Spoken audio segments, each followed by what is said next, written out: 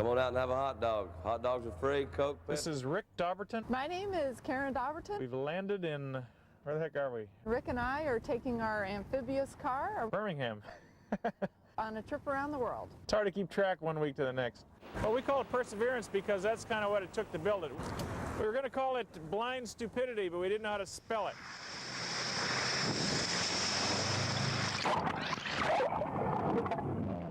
We wanted to try something completely different with an automobile, and this is pretty completely different. So far, we have traveled 3,000 miles in the ocean and about 19,000 on land. We've decided that every day is a new adventure. When we were in the Dominican Republic, as we were in doing the paperwork, there was a crowd kind of building outside around the orbiter. They had a march on the American embassy there to protest an attack sub on their soil. It turned out to be us. We get this kind of reaction a lot of times. We work with a lot of schools to show kids that if you have a dream, you can fulfill it with hard work and perseverance. We're trying to do something different and show people you can still have a dream even in today's world if you work really hard at something.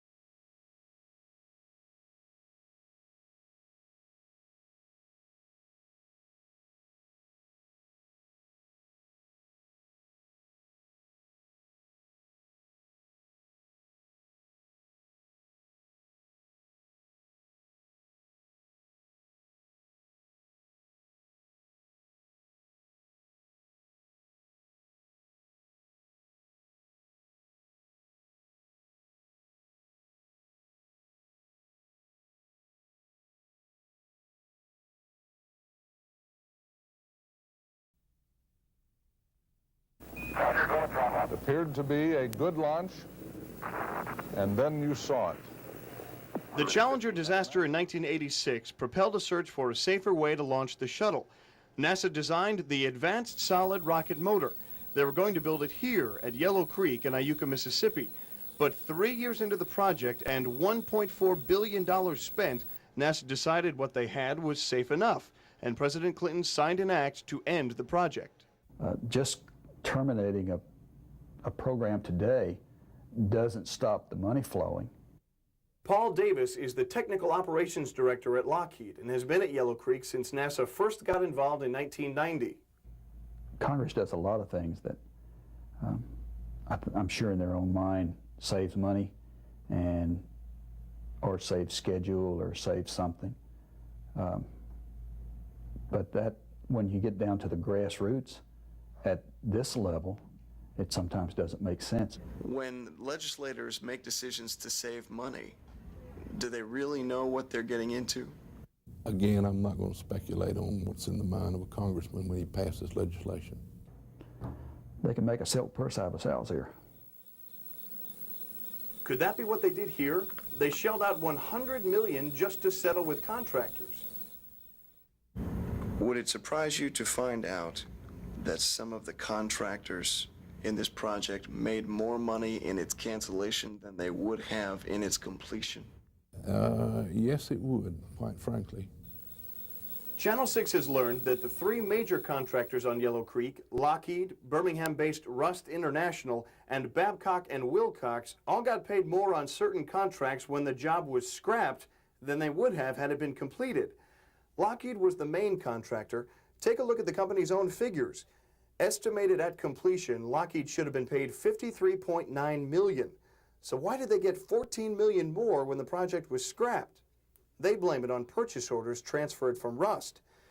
So let's look at Rust's involvement in Yellow Creek. They built the massive structures. Their original contract was $476.5 million, but they made $483.4 million and they didn't even finish. Rust officials declined our repeated requests for interviews. Another major contractor, Babcock and Wilcox, was to make some of the rocket parts.